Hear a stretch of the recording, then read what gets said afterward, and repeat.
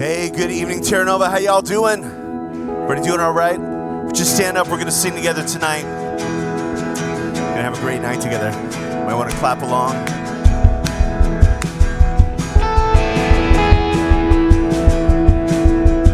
I was an orphan lost at the fall, running away when I'd hear you call. But Father, you worked your will. I had no righteousness of my own. I had no right to draw near your throne. But Father, you love me still. And in love before you laid the world's foundation, you determined to adopt me as your own. You have raised me up so high above my station. I'm a child of God by grace and grace alone.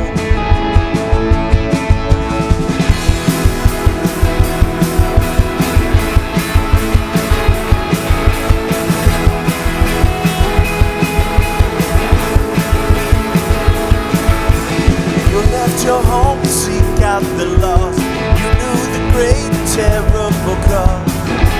Jesus, your face was sad. I worked my fingers down to the bone. Nothing I did could ever atone. Jesus, you paid my debt. By your blood I have redemption and salvation. Lord, you died that I might reap what you have sown. And you rose that I might be a new creation. I am born again by grace and grace alone. I was in darkness all of my life. I never knew the day from the night. The Spirit, you made me see. I swore I knew the way on my own. Head full of rocks, a heart made of stone. Spirit, you moved in me. At your touch, my sleeping spirit was awakened. And on my darkened heart, the light of Christ has shone. I'm called into a kingdom that cannot be shaken. Heaven's citizen by grace and grace alone. So I stand in faith by grace and grace alone. I will run the race by grace and grace alone. I will slay my sin by grace and grace alone. I will reach the end by grace and grace alone.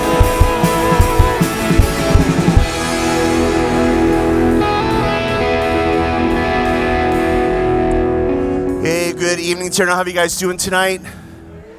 Beautiful Memorial Day weekend, and we're going to sing together. We're going to take communion together a little later on, but I was thinking this week about this great song, actually, in the book of Psalms in the Bible. It's Psalm 107, and the writer says this. He says, "Give thanks to the Lord, for he is good. His love endures forever. Let the redeemed of the Lord tell their story." And I love this for a couple reasons. One is because just that first line is just killer. Like, give thanks to the Lord for he's good. Like, what else do you need? I mean, he's a good God. But I love that he goes on to say, and he just, as the song progresses, just lists all these reasons and all these things that had happened in the lives of God's people, that there is an encouragement for us to tell our story about what God has done in our life. And when we gather on the weekend, that's practice time for us to sing about and tell about what God has done. And then the real game happens when we walk out of these doors and tell the world what God has done in our life. So let's practice a little bit. Let's sing this great song, Only Ever Good, about all that God has done in us, through us, and sing together.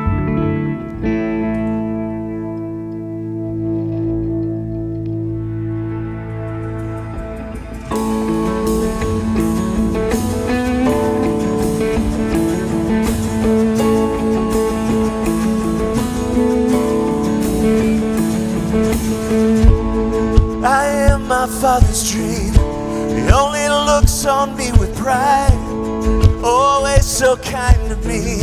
He says I'm perfect in His eyes. Why should I ever doubt it? He won't ever change His mind. Oh no, no, no, only ever good. Only ever good, only ever good, only ever good to me. Only ever good, only ever good, only ever good to me.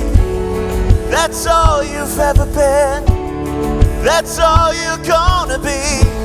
Only ever good, only ever good, only ever good to me.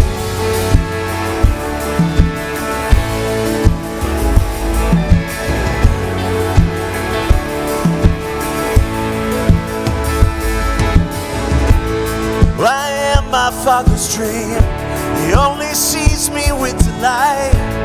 My innocence redeemed, my reputation reconciled. I'm the prize of His suffering. He bought me with the blood of Christ. Oh, oh, oh, only ever good. Only ever good, only ever good, only ever good to me. You're only ever good, only ever good, only ever good to me.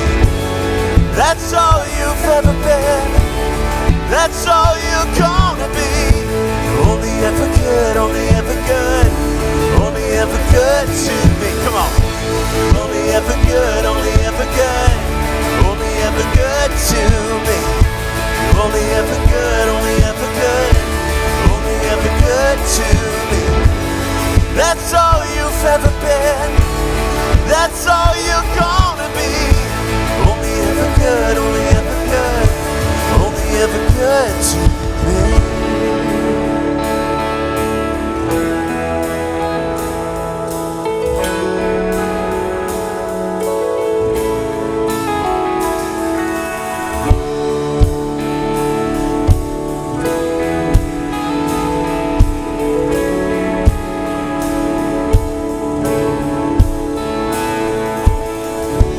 It's your nature, you can't help it.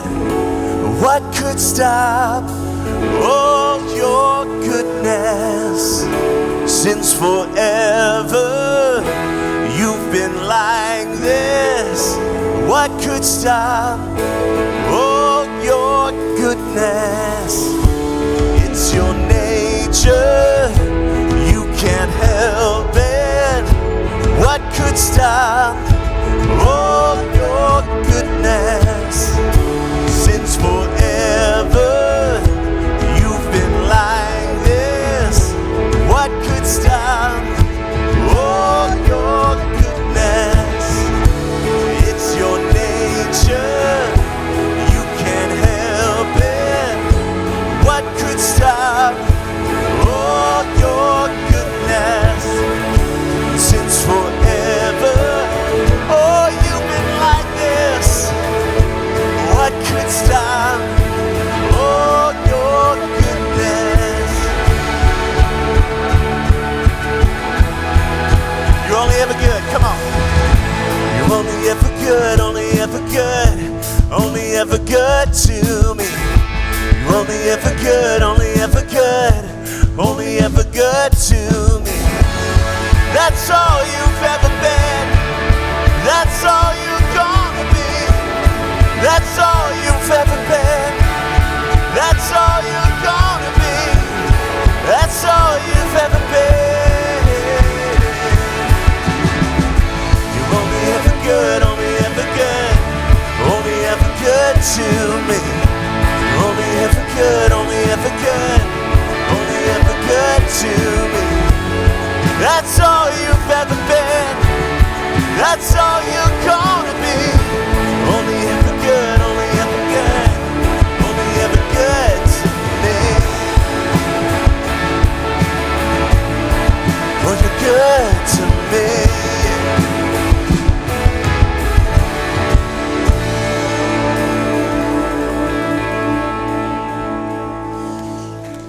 All right, hey, good evening. How you guys doing? on a Memorial Day weekend, which is awesome. The unofficial beginning of summer, yeah. And that got me thinking, summer plans. I don't know if you have any summer plans. We've got some. And then I started thinking about amusement parks. So here's my question for you. When was the last time you went to an amusement park? And which amusement park was it? I think for me it was a couple years ago in Florida. I think we did Hollywood Studios and Disney World back to back. I don't know. Yeah, so when was the last time for you? So here's what I'd love to have you do. Maybe work the room a little bit, find somebody maybe that you haven't met before, introduce yourself, be nice, and then tell them when the last time was you went to an amusement park and which amusement park it was. Well, hey, welcome to Terra Nova. My name is John. I don't know if I said that before. On a Memorial Day weekend, just so glad to have you guys here. And what a weekend it's already been. We had a big volunteer appreciation dinner last night. Room was packed out, a couple hundred people just celebrating what they've done to be a part of this community. And then we've got communion happening later in our service. We're wrapping up a series called Pack Your Bags. And later on this weekend, tomorrow after our 11 a.m. service, we're doing a Terra Nova Tours, which is a great introduction to Terra Nova, who we are, what we're about. And walk-ons are welcome. So if you haven't RSVP'd and would like to come back tomorrow at about 12:30 for that lunch, I'd love to have you. But so yeah, big weekend, really excited that you're here. Thank you for joining us on a Memorial Day weekend. When you came in, you were handed what we call the weekend program. It looks like this, and if you open it up, if you take it right now and open it up, you'll see there's a lot going on. But I really want to draw your attention to this card in the back, this perforated card. And here's why. We call this the Connect card. We really love doing this every week, just hearing from everybody, whether it's your first time or your 50th time, because we value that sense of connection. That's why, by the way, there are name tags on your chairs, because we just value like getting to know people, remember names and things like that. Excuse me. Oh boy. But this Connect card's all about that. So what I'd love to have you do is tear this off. Boy, I'm going to gag all time. Like, I don't know. And here's why I really want to draw your attention to it. Here's where I was going between coughs. This weekend, for Memorial Day weekend, we're going to give $2 for every single Connect card to the Wounded Warrior Project, and we're probably going to round up. So here's what's cool is, hands clapping for that. That's great. Yeah, and we do this every year. And so here's what we love to have you do. Take this card and fill it out. Throw it in the offering basket towards the end. And if you don't normally fill out a card, fill it out anyway. If you normally fill out one card per couple, fill out your own separate ones. So let's work the system, people. You're picking up what I'm putting down. So work it and fill that out. You got a whole service long to be filling that out. So we'd love to get to know more about you as much as you feel comfortable sharing. And of course, you can let us know how we can be praying for you and such on the back of that card. So you can be working on that all weekend long. Yeah, that's what tonight's going to be like. Sorry. While you're working on that, I should tell you, today is, this weekend's the last weekend for signing up for life groups, because life groups are beginning next week. Next week is June, y'all.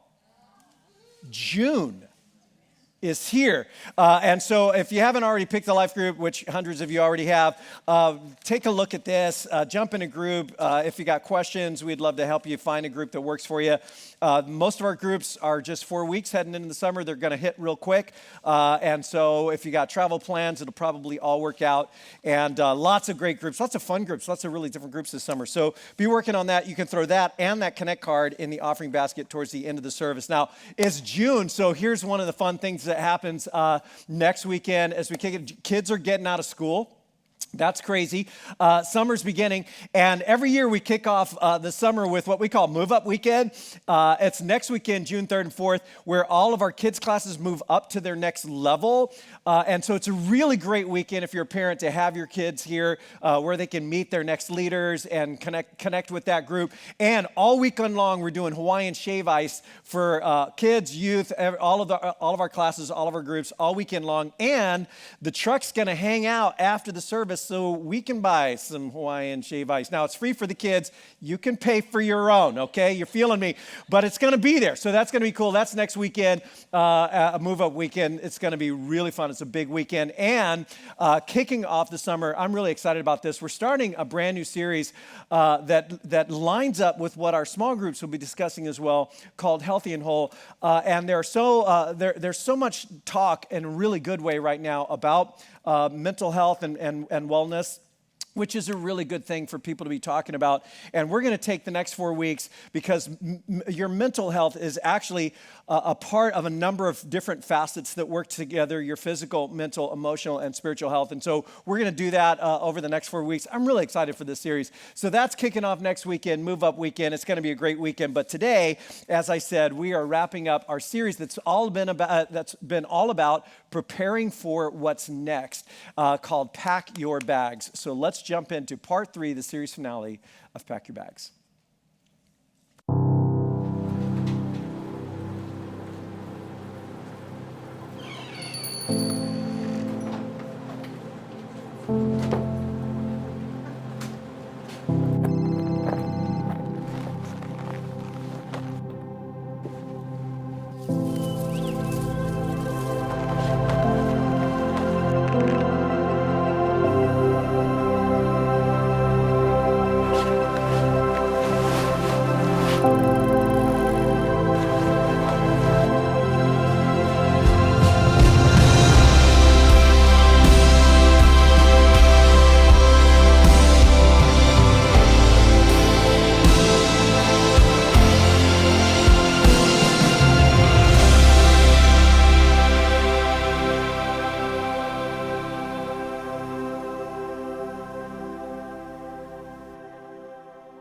Well, hey, everybody, it's great to be with you as we wrap up our series. And if you've been around for the last couple of weeks, you probably figured out by now, this is like a how-to series, right?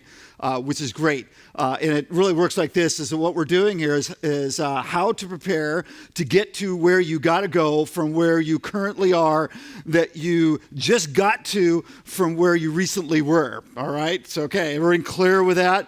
Well, maybe the short form way of saying it is it's just really how to prepare for what's next. This then is a series about change, a series about transition. And it's for everybody because, think about just the decade that we've been in, the 2020s, and all the change that has happened in just, 3 years or less. And more is coming, guys. And so the only real constant thing that's going on in our lives, it would seem, is change. And so we want to talk about what to pack for the journey into the future. So let me just give you a real quick review of where we've been. In week 1, we talked about what you need to pack is that you need to pack a teachable spirit. You and I do. We said that if we want to be prepared for what's next, we need to learn what needs to be learned from what's now and what's been. And not only that, we found this out in week chapter 2, is that we also need to pack some skill and decision making. And we spent some time in the book of Proverbs, and we got a couple of real big ideas from the book of Proverbs. And the first one is to do not trust your heart, trust God with your heart. That's Proverbs 3, 5, and 6. And then this next one, do not make decisions alone. Ask wise people to help you. We need to ask the right people the right questions. And so now, why we're going through all this trouble and all this effort to do this is because change is tough. Change is unsettling. And change can create massive amounts of stress in our lives. So just so that we can lock into that, let's take a look at some common change points, and I think you know what I mean. New school, graduation, health-related issues, that's a tough one. A wedding, that represents big change. Baby on the way, huge change. How about this loss one? For many of us is that we have been dealing with the loss of a loved one, with bereavement. And it's been a real big challenge. There's the breakup. Well, that's a big deal. A lost job, a new job. What about a move? An empty nest stage of life. And then we've talked about like the boomerang effect, where the empty nest, kind of comes back and now it's a full nest and who knows what's going to happen with that. Retirement, which is that a thing? We don't know. So there's just a lot of change that we have to navigate in the course of our lifetime, and they're all tough. But let me zero in on one that I think is actually really especially tough, and that's a new job. This is a job. But can you recall a time, and maybe the time is now, that you're navigating like what a new job's all about, being a new job? And it's tough, right? I mean, there's a lot of stress that's involved in having a new job. There's a lot of pressure in it because you're wondering, right? Wondering what the future holds in it. Are you going to be good at your new job? Are you going to like your boss and like your coworkers? Is this new job going to promise a good big horizon for advancement, and moving up, and all that stuff, and then think about what it was like to have that first day at the new job. I mean, with all the new, that could be kind of tough, can't it? Because we think about just all that's going on with that. It can be super tough, and so don't you wish that the first day in a job would be like a day at Disneyland? So for me, it actually was. Tell you a story. I took a new job once in my pastoral career, early on in my career as a church in Orange County that hired me. And I went down after I got hired and I did the onboarding thing. It was a big church, and so it had like an HR department. And so the HR director sat me down and gave me the keys and gave me the codes and had me sign the contracts, and then told me about the starting day. I had a starting day, and she said, your starting day is going to be May the 1st. And it just so happens that on May the 1st is that we have scheduled a staff development day at Disneyland. I know, she said 30 of our pastors and staff and you at Disneyland on May 1st, plus Club 33. Okay, so some of you guys know the secret 5-star restaurant in Disneyland, Club 33. I'd never been. I was excited, and it had been a long time since I've been at Disneyland, and I just thought, man, this is going to be a pretty chill job, and this is going to be great. And yet I felt pressure. And the pressure that I felt was that I wanted to make a good first impression, and that we know is that you never get a second chance to make a good first impression. And so I remember what I did the night before because this was important, is that I laid my clothes out. Did any of you ever do that? Something big, is going to happen. You got to lay your clothes out the night before. You got to be really strategic because, you just want people to know what you're all about. And so I remember laying out, first of all, I laid out my shoes, basketball shoes, because I wanted people to know that I was a baller. And then I laid out, a pair of shorts because I wanted, everybody wanted them to know is that my job was youth pastor, okay, so a pair of shorts. And then my shirt, what I was going to wear, T-shirts. Now, it was back during a time that was like the apex of the action sports world apparel movement. And so everyone was wearing Quicksilver, Billabong, Hurley, Vans. And I pulled out a shirt that a buddy of mine gave me. He had gone to Europe a couple months before. He went to England, and there was this really cool boutique surf and skate brand that was in England. And the brand was called Chaos. It was spelled with a K. And so I had my Chaos shirt on, and I thought, all right. Okay, that had a little edge to it, because, for sure, there was no one in the entire park that was going to be rocking a Chaos shirt. I felt great about that. And so I wake up that morning, I pull on all my gear, I eat a full and nutritious breakfast, and then I head down to the most wonderful place on earth, to Disneyland, and there they are, the 30 other staff people, brand new people that I'm getting a chance to meet. They're super nice. We're chatting it up as they're waiting for the park to open, and finally the park opens, and then I begin to do what all of us do when the park opens, is you run to the most popular ride, right? The first and best ride is that you sprint to the ride that that is the best ride, the most popular ride, because you know that if you wait till later in the day to do that ride, you're going to be waiting in line for hours and hours and hours. And so these guys just take off. And I'm like, I don't know where to go. It's been a long time since I've been to Disneyland. And then they take off, and that they just sprint, and they sprint to a ride called Star Tours. Now, some of you may know that Disney, they bought, the whole, Star Wars, thing, the whole enterprise from Lucasfilm and such. And so Disney is like all in, with the whole Star Wars thing. They got Star Wars Land, if you've been there recently. It's a pretty elaborate thing. Here it is, man, the Millennium Falcon, the scale version of it. It's just in great. But back then, there was only one Star Wars brand attraction, and it was called Star Tours. Okay, Star Tours. And so we just ran into Star Tours. We're real excited to be there. And as we're moving in, I'm getting in this ride, and the ride inside looks like this. And it's like being in a giant, like a dumpster, there's like seats in it and stuff, and they strap you in. And they make you think that like you're moving through space, but you're actually just looking at stuff on a screen, And then I suppose that they have on the outside, like, big hydraulic arms that basically make the thing just like jerk around, And so you're just jerking around, and we're flying through, and everyone's excited, but I'm less excited because I am beginning to feel queasy.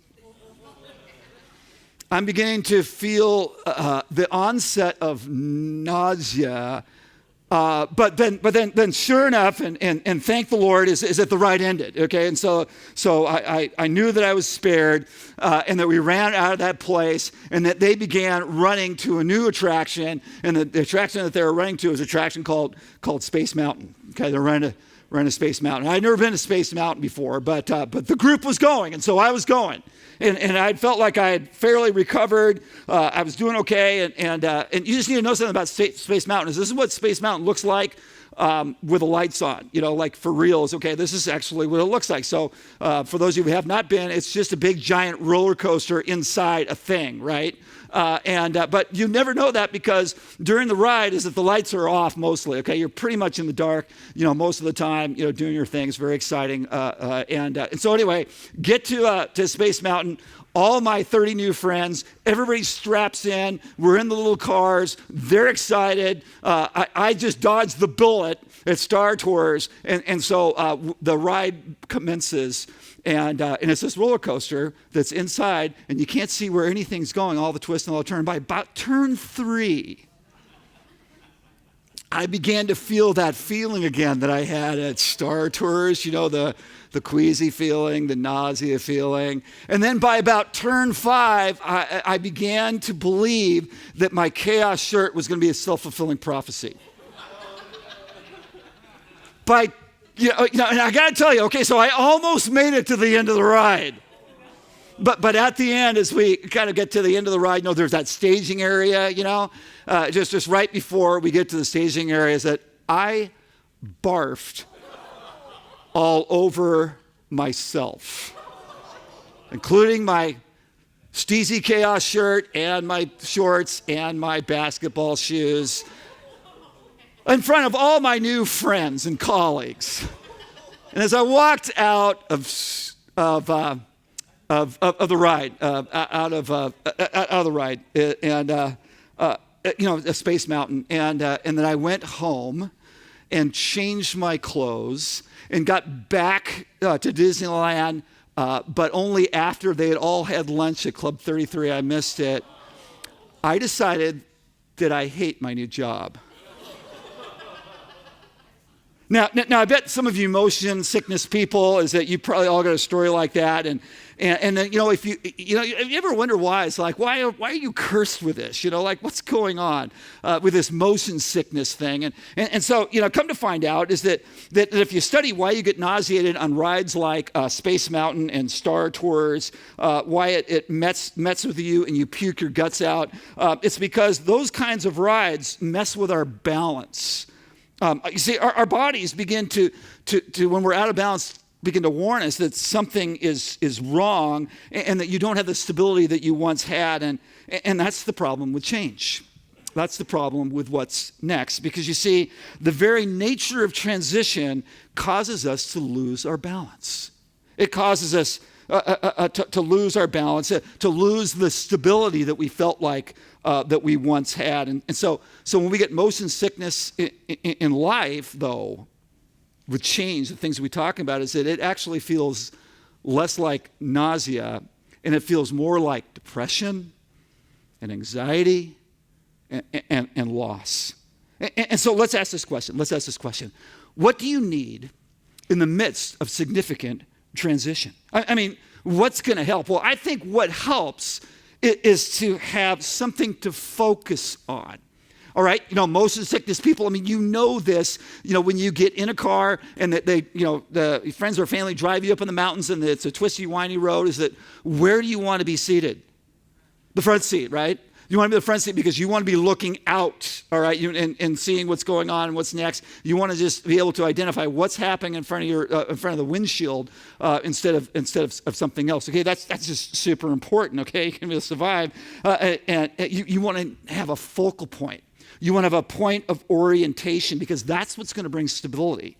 And it's what you do with yoga poses. Some of you do yoga. I do yoga every now and then. And you find that there are the balance poses in yoga. There are poses like the tree pose. There are poses like the dancer pose. There are poses like Warrior 3. And some of these poses where you're always up on one leg or the other leg. And that when you're in those classes and you're in those poses, the instructor is going to tell you, says, now what you need to do so that you don't fall out of the pose, what you need to do is that you need to focus your eyesight on something that's ahead of you and something that won't move. There's usually a mark on the floor. I said, focus on that and that you'll be okay and that you can do the pose. And so what this yoga instructor is telling us and what we know when we're driving twisty mountain roads is that a focal point is what you center on and it makes all the difference. And it especially makes all the difference when change comes, when turbulence comes, when imbalance comes.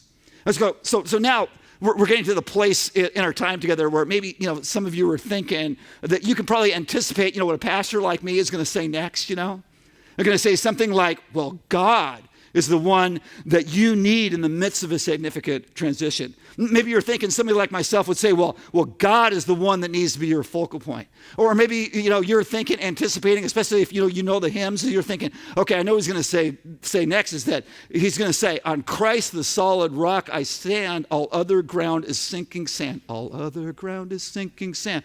So that's what you're thinking. And maybe with all of this, maybe you're not so sure. You see, maybe you're thinking, if God's really around, then why have things not gone so well in my life? And when it comes to the question how to prepare for what's next, can I really count on a God that I can't see or can't touch or can't hear, especially when I'm dealing with some really big life changes, especially when things are tough? But did you know that once upon a time in the first century, there was a group of people who began to follow Jesus, and then things got tough. It was in the first century, and it was in the Roman Empire. And during this time of the Roman government, as they began to identify and understand this Jesus movement, these followers of Jesus, is the government was not kind to them. Is that the government made life hard for them, persecuted for them, found creative ways to torture them, even to kill them in creative and macabre ways. And life was tough. And if that weren't enough, is that for some that were from a Jewish background, is that they had friends and family members that might have been sad or disappointed or even worse when it came to their perception of you and the decision that you made in their mind to turn and walk away from the beliefs and the religions of your ancestors. And so if anybody needed encouragement, it was these folks.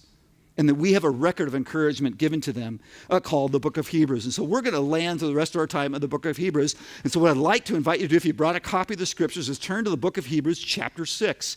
And go ahead and turn there. And I'd also invite you to pull out that outline that we provided for you here, or if you have it on your phone on the app. And let's go ahead and follow along, as that we're going to talk a little bit about the book of Hebrews. And let me just start by giving you some background. So Hebrews was written by...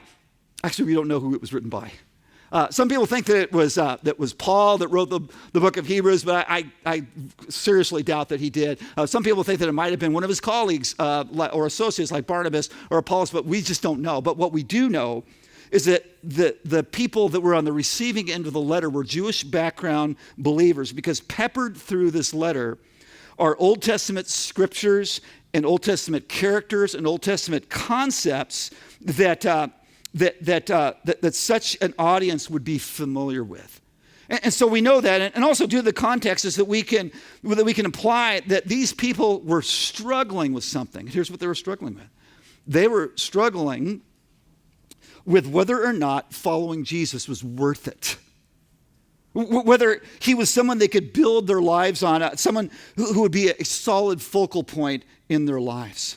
Now, the writer tries to communicate to them that Jesus is the ultimate revelation of God's love and mercy. And in a world of change where we're in so need of balance, as the writer is trying to say, is that we should focus on Jesus. We should focus on him. And the writer does this by reminding them of the guy who they saw as the first person of faith in God, like the original guy, very familiar to his Jewish background audience. So let's go ahead and begin in Hebrews chapter 6, verse 13. It says this. It says, when God made his promise to Abraham, okay, that's the guy, right? And he's the guy who's the founder of faith. He's the founder of their faith. It says, when God made his promise to Abraham, since there was no one greater for him to swear by, he's talking about God couldn't swear by anybody else other than himself, is that God swore by himself, saying, I will surely bless you and give you many descendants. And so after waiting patiently, Abraham received what was promised. Now, it's the Jewish people that were the original receivers of this letter. When they got this, I mean, their heads are just kind of nodding in the same direction, right? Because they're thinking, well, the promise, you know what? We're the promise. We're the descendants, and there's a lot of us. And Abraham, Abraham, we know how it all got started for him. Is that he had a son, and he had that son in a real miraculous way, and so. The writer of the letter reminds them of that, and now he wants to get into some fine details onto what happened. Let's take a look at the next verse. He says, people swear by someone greater than themselves, and the oath confirms what is said and puts an end to all arguments. So let's kind of break this down and think about this, as you can imagine, going back to fourth grade. Okay, so you're in fourth grade, you're on the playground, on the blacktop, and that you've got one of those red play balls, you know the ones, those red balls, and there's a bunch of them, and they bounce up and down, and you can play kickball with them and foursquare with them, and you got your red ball, and that you're there, and you're a fourth grader, and you're playing with your red ball, and life is good, and it's recess. But then up comes a fifth grader, okay? There's a fifth grader that comes up kind of aggressive. Fifth graders, they kind of got it going on, they're very self-assured.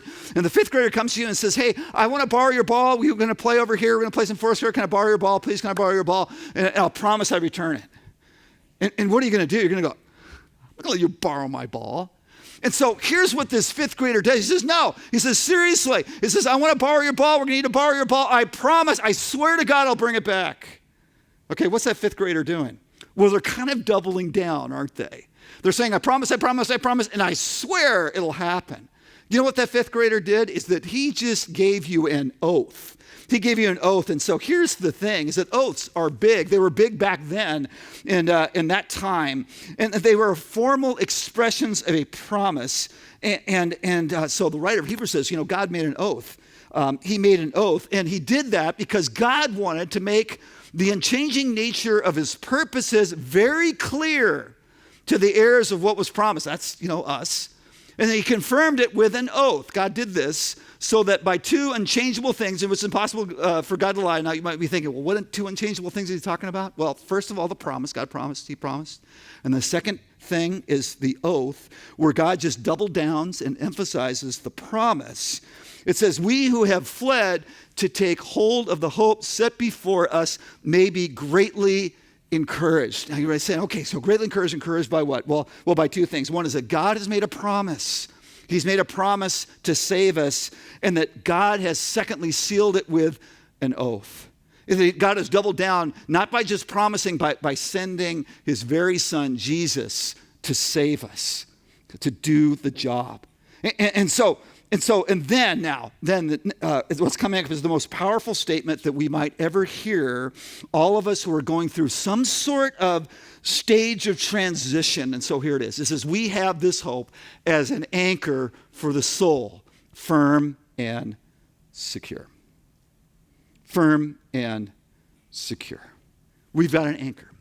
We've got a point of focus. We've got something that we can arrange our lives around. And yet, maybe we're not so sure about that. Maybe we're thinking, hey, Lyle, there are some other focal points that are out there that perhaps I can anchor my life to, that I can place my hope in. Because during those times where we're just, really not sure about God, is that we wonder, maybe there's some other things that are out there that provide a better anchor. Like money. I mean, surely if we had enough money, is that we'd be able to smooth over any sort of change or transition that we would face in life. I mean, we could just buy our way out of it. I mean, talking about pack your bags, what to pack. I mean, you just need to pack piles of cash. Okay, then you'll be good, right? You need to pack a credit card and you'll be fine. I mean, that's what you pack, because money, we believe, can get us out of any jam that we find ourselves in. So maybe we can anchor ourselves to money. Or maybe, a more solid anchor would just be relationships. If we could just find the right relationship, I mean, that would solidify things for sure. We'd be great if we could just find the right person, somebody strong, somebody beautiful, someone that's into us, right? If we could find that person, then we figure that we could weather any kind of storm if we just had the right person. Or maybe it's the anchor becomes our own intelligence. They become our smarts because, after all, we're smart people, right? I mean, we're in this, highly educated place. Education's high, literacy's high. I mean, super smart people. Look at the 21st century, all the things that we make and create, and that we're just uber smart. And that if we know stuff, and if we don't know stuff, we know how to Google and we know how to YouTube it, right? So that we think about that could be an anchor. And yet, the book of Hebrews tells us that there's an anchor that's better than any of these. It's an anchor of hope, firm and secure. And so moving through the letter of the Hebrews is the writer then, I think, wants to convince us that is true. He wants to share reasons to the group that he's writing to this group of Jesus followers, Jewish background Jesus followers that he's writing to, about some reasons as to why you would want to seek God and trust God as an anchor, as a focal point of your life. And so if we were to look at the book of Hebrews, and that's what we're going to do, is that you would see just on display the nature and character of God. And so here's some reasons, some reasons of why we have an anchor of hope in Jesus. We have this anchor of hope because, first of all, because and this is, again, about the nature of character of God. Number one is that God offers rest. God offers rest. Take a look at Hebrews chapter 4, verse 9.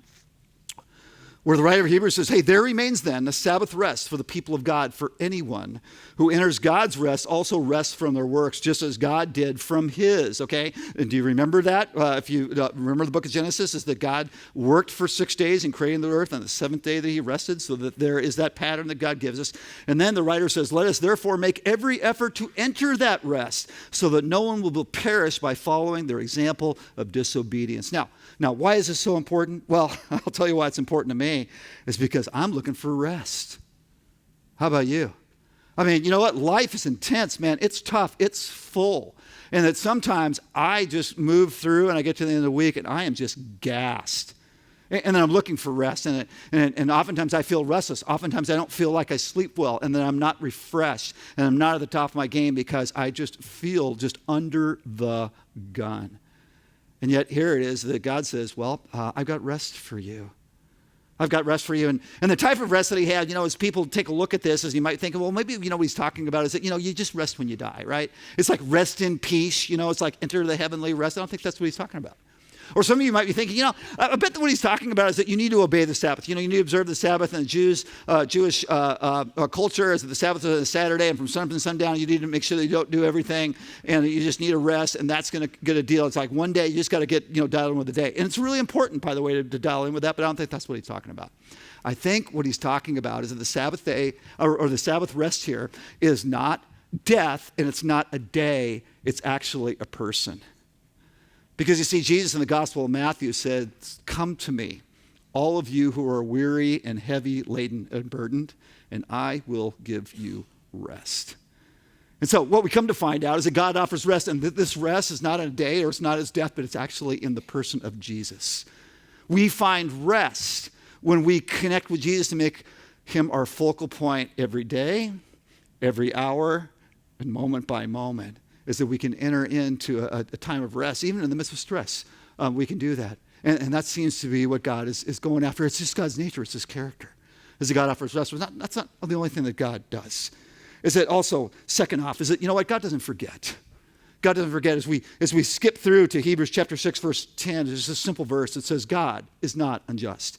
He will not forget your work and the love you have shown him as you have helped his people and continue to help them. Now, take a look at this. And let me ask you, do you ever get in a place in life where you wonder, what's the use? Like, you throw up your hands, you just wonder, what's the use? What's the use of doing good? What's the use of living an other-directed life rather than a self-centered life? I mean, what's the use of that? Or what's the use of being a giver, instead of a receiver? Because, see, here's what happens, is that we live that way.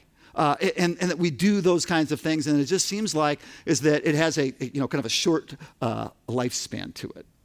People tend to forget it. They just kind of tend to move on. And it's like, what you did, it just seems like it was for nothing.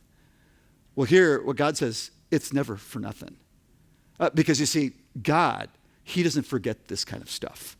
God doesn't forget. And God's not unjust in it because God just reminds us. Jesus actually said this. He said, what is it? Is it a cold cup of water that is given in my name will never be left unrewarded. So we need to recognize that, as we move through this life and as we seek to live courageously through the power of God's Holy Spirit and do all the good that we can to all the people that we can, is that, we can be assured, it is just so great. We can anchor ourselves. Our anchor of hope is that God, he doesn't forget these things, nor will he ever. But here's another one. This one might actually surprise you. Number 3 is that we have an anchor of hope because God disciplines us for our good. Okay, you ready for this one? This is an interesting one. Hebrews chapter 12, verse 7. The writer says, endure hardship as discipline. God is treating you as his children. For what children are not disciplined by their father? If you are not disciplined, and everyone undergoes discipline, then you are not legitimate, not true sons and daughters at all. Moreover, it says, we have all had human fathers who disciplined us, and we respected them for it. How much more should we submit to the Father of spirits and live? They disciplined us for a little while as they thought was best, but God disciplines us for our good in order that we may share in his holiness. All right. So some of you know that I have, Dane and I, we have 3 sons. And let me tell you, when my sons were young, I hated disciplining them. I hated it. But what I hated even more was the thought of them lacking character and strength as adults. What I hated even more was the idea that they wouldn't have what it takes in life to live life wisely and well. So I think we all get this, right? And it's pretty important. And then we need to rearrange our thinking about this because often is that we see the difficulties of life as proof that God does not love us, but actually the opposite is true. God is using those things, those hard things, to grow us up. And now this next one. Really speaking of the nature and character of God, and the reason why we want to place Jesus as our anchor of hope, it's because God won't leave.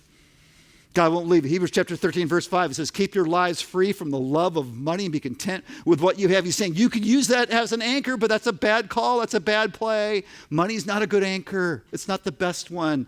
Instead, he says, because God has said, never will I leave you, never will I forsake you. And then he says, so we say with confidence, and he quotes out of the Psalms, the Lord is my helper. I will not be afraid. What can mere mortals do to me? Now, these words speak to us, don't they? Because some of the greatest pain in life that we experience is when someone that's very important to us leaves. The check out. Some of the greatest pain in our life is when we were abandoned, or when we were forsaken, or when we were canceled, right? In this current moment. But here, the writer reminds them of this place in the Torah, actually in the book of Deuteronomy, where Moses gets Joshua ready to leave. And maybe you know that story about how Moses, he was the guy that led the children of Israel out of Egyptian slavery, captivity, through the wilderness to the edge of the land of Canaan, this promised land, this land that God had promised him. And then as the story goes, is that Moses passes the baton to Joshua, and he says, Joshua, it's your turn now. It's your time to lead. And so he says this as words of encouragement to Joshua. He says, Joshua, understand this about God. Know this about God as you lead, as you take this mantle of responsibility, is that God won't leave you. He won't desert you. He won't forsake you. God won't lead. See, when your hope is anchored in God, you're not alone. You're never alone. He's present. And so we need not to be afraid at all. And then there's this last one, number 5. This is an anchor of hope. This is a firm and solid anchor because God's unchanging. That's his nature. That's his character. The writer of the letter of the Hebrews kind of signs off this way. He just says this. He says, Jesus Christ is the same yesterday and today and forever. Yesterday and today and forever. And so when it comes to Jesus, we can anchor to him because he's constant. You know what we see from Jesus in the 4 biographies of Jesus' life, the 4 stories of Jesus' life, like the Gospels, Matthew, Mark, and Luke, and John, what we see him doing back then is still true today. It's just, he was just the same. And so even when our future is uncertain and the days ahead may prove difficult and many things can change on us and are going to change on us, Jesus doesn't change. He remains the same. So with all this, it just begs a question. It begs this question. Where is my life anchored? And is this anchor strong enough? Can we be honest with it? Can we think about this? I mean, where is my life anchored? And is my anchor strong enough? And what the writer of Hebrews is telling us and encouraging us as they encourage those groups of followers of Jesus all those years ago is that he's saying that we've got an anchor, guys. It's strong and it's secure and it gives balance and actually it moves us forward. Now, so I think that we all know how anchors work, with boats. It's like, anchors are there basically to try to keep something like at the same place, right? You anchor in a bay or a harbor, and that the anchor prevents the boat, from drifting into the shore, drifting into the rocks, drifting into the reefs. But that's not all anchors do. For example, this is a special type of anchor. This is called a cledge anchor, kind of an old one. But it works like this. And some of you know this that have been around boats, is that you know that when a ship runs aground, like when it gets stuck on a sandbar or on a reef, sailors will grab something like this and they'll grab a rope and they'll get into a rowboat and they'll row out from where the ship is stuck and they'll roll out as far as they can out to sea and then they'll sink this thing and then they'll use a winch to pull their way into deep water. Now this technique is known as cledging and so here's the thing with it is that cledging is all about what happens when you get stuck. And it's important for us to know that because sometimes we get stuck in life, don't we? Sometimes we feel stuck. And then when we get stuck, what we need to understand is that this anchor of hope exists to move us forward. Forward, which is the direction that God always is interested in, always wants to take us, taking us forward. And this is reflected in something very powerful that the writer of Hebrews shares in Hebrews chapter 12, and we're going to wrap things up with this. He says this.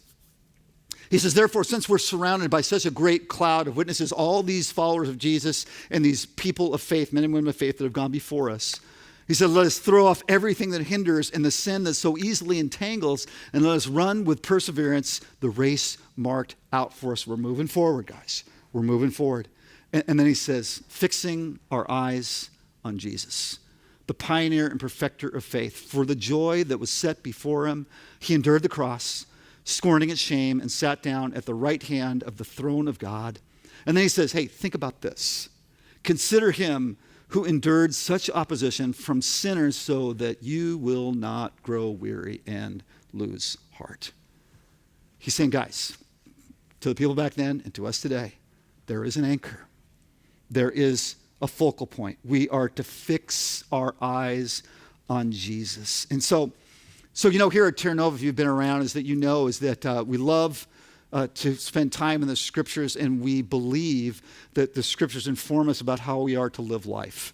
And that we're not just to learn things from a head knowledge standpoint, but we're trying to figure out how to work this through the grid of our own life, how to apply it. And so as we start things out, is that we see that our starting point is to be convinced that God's really worth it. He really is. And that's a belief thing. And then what we do with it, then here comes the application, is to fix our eyes on Jesus, to make him our focus. And as we close our time together, there's a way of doing that this very thing that disciples of Jesus have been doing since the whole movement began. And what we call it here at Terra Nova is communion. And so I'd like to have the band come forward, and we're going to have a time of communion. I know that some church traditions call this the Eucharist, others call this the Lord's Supper, but we call it communion. And so here's what's going to happen. In a moment, the band's going to sing. And then we're going to have a time to move to the different corners of the room where there will be the bread and the cup. There is going to be bread that represents Christ's body, and there is going to be a cup that represents Christ's blood. And it is a reminder that Jesus endured the cross. He endured the cross for us, and it was shameful. It was a terrible, painful death, and that we are going to memorialize that and to remember that, and that we're also going to use it in this way, is that when we go to the tables and we take the bread and the cup, is that I would just want to encourage you to use this as a way of declaring to God and saying, Jesus, is that I anchor my life to you. Your life and my life, I anchor my life to you. I'm anchoring it to you. And also know this, that maybe this might be your moment where you want to follow Jesus, you want to begin a new life with him, is that this would be then a time when you come to the tables and take the bread and the cup, is that you would take the bread and you would take the cup, and that you would say to God, is that God, I take you into my life. And you know, it's a celebration, guys. It says here in the scriptures, it was for the joy set before him that Jesus did this. It was just like such a strange thing to hear. There was joy in this. I mean, what sort of joy was there in such a painful and humiliating death? Well, I believe that the joy set before Jesus was this vision that he had where we would be together with him, where the divide that was created by our sins, the span that was created by our sins between us and the God that created us, was somehow breached, and it was somehow made whole and healed. And the joy set before him was the incredible thought that Jesus had that someday there would be men and women that I cared about and loved so much would be rescued and saved and be fully alive and experience life that is indeed life. And so that's what we're anchoring on, guys. And so what I'd love to have you do is to go ahead and stand. Let's go ahead and stand together, and let's sing and enjoy the band as they lead us, and let's celebrate communion together.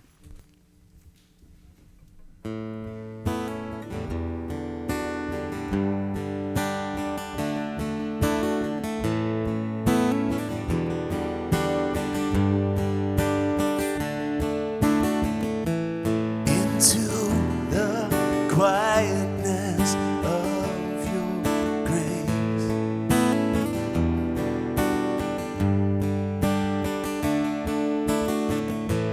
away from the noise of my mistakes.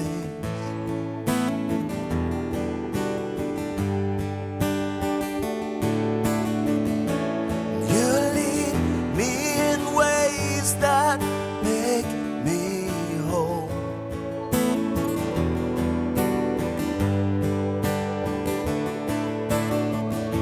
Till I walk in paths that restore my soul.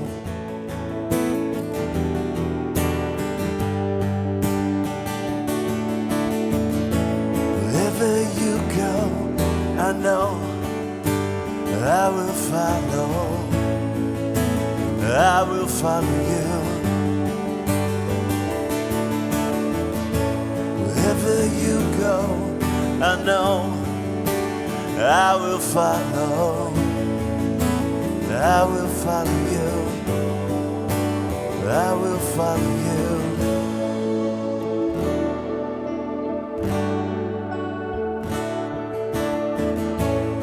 Into the wildness of your grace.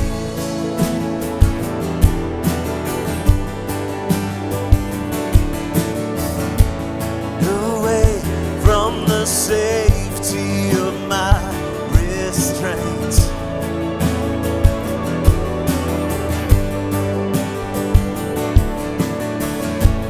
You lead me in ways that make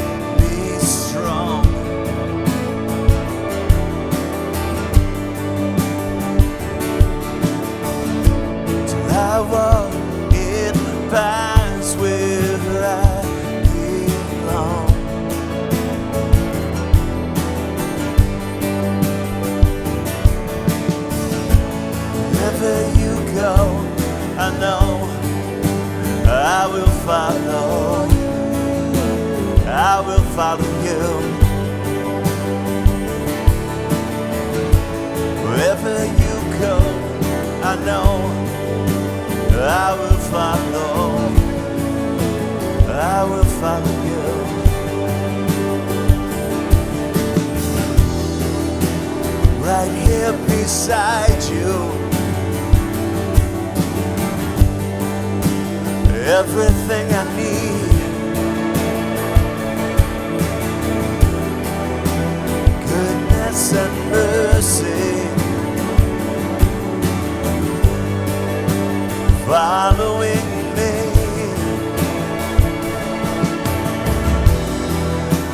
Right here beside you. Everything I need.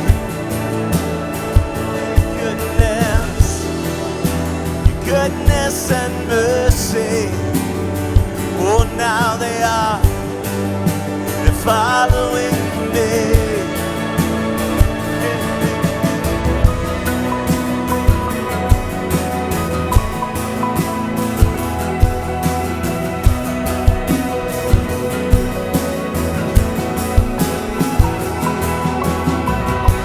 Wherever you go, I know I will follow, I will follow you.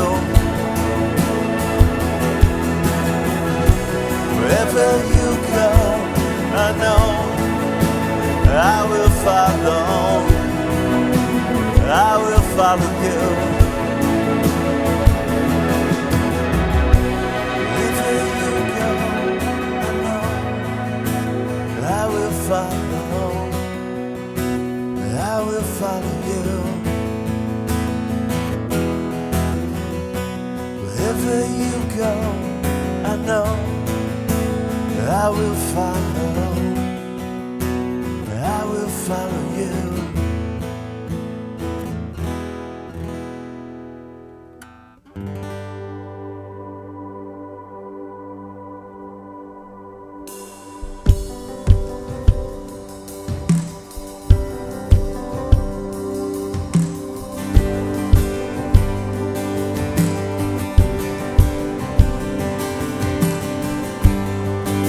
Worthy of every song we could ever sing, worthy of all the praise we could ever bring, worthy of every breath we could ever breathe. We live for you, oh, we live for you. Jesus, the name above every other name. Jesus, the only one who could ever save. Worthy of every breath we could ever breathe. We live for you, oh, we live for you. Let's sing holy. Holy, there is no one like you. There is none beside you. Open up my eyes in wonder and show me who you are, and fill me with your heart and lead me in your love to those around me. Jesus, the name above every other name. Jesus, the only one who could ever save. Worthy of every breath we will ever breathe. We live for you, oh, we live for you. And holy, holy, there is no one like you. There is none beside you. Open up my eyes in wonder and show me who you are, and fill me with your heart and lead me in your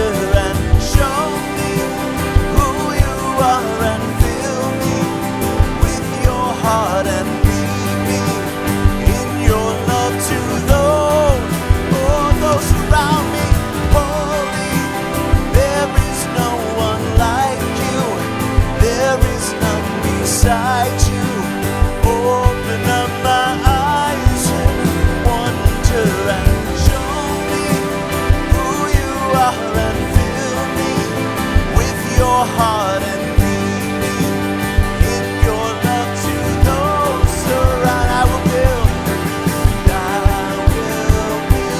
my life upon your love. It is the foundation. I will put my trust in you alone, and I will not be shaken.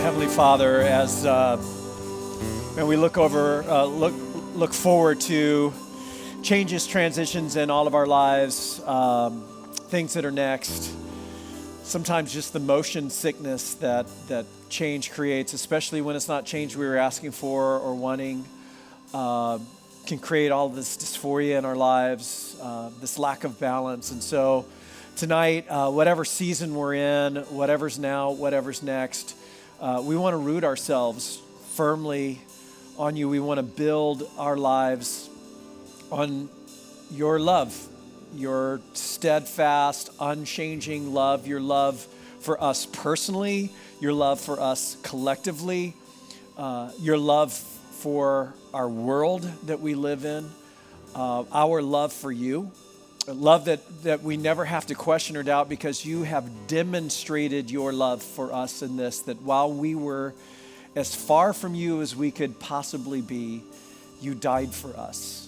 And we would never have to wonder, ever, how you feel about us, even at our worst. So we're grateful. We want to say thank you tonight. But more than that, we want to say that we want to be grounded in your love as we head into this next season. We pray that in Jesus' name. Amen. Well, hey, you can grab a seat for just a second as we're winding down. I want to remind you about that Connect card I was telling you about earlier, and that $2 for each Connect card going to the Wounded Warrior Project. So maybe you got started on that, and then other things started happening around you, and you didn't finish it. Now would be a great time for you to just put your finishing touches on that card. Let us know how we can be praying for you this week. One of the ways that we keep our balance when we're going through a lot is that we surround ourselves with great people who love us and walk with us. And so we would love to be that with you. And of course, while you're filling that out, don't forget about this Life Root brochure. This is it, like last call, final call. Fill that out, throw that in the offering basket too. You don't have to worry about ripping off any part of this. You can just check the things you're like, here's how it works. You write what group you're interested in. Sorry. And then really simply how we can get a hold of you this week. Drop that in the offering basket on your way out. And I'm excited. Great groups starting up. And those groups are going to be, as I mentioned, focusing on some really great content that we're going to be unrolling on the weekends as well, as we start off our brand new series next weekend, Move Up Weekend. It's going to be a fantastic weekend. And we're starting this brand new series called Healthy and Whole, the 90% that shapes your life, talking about physical, mental, emotional, and spiritual wellness. It's going to be a great series, a great 4 weeks, and some great small groups. So that's what we got to look forward to coming up.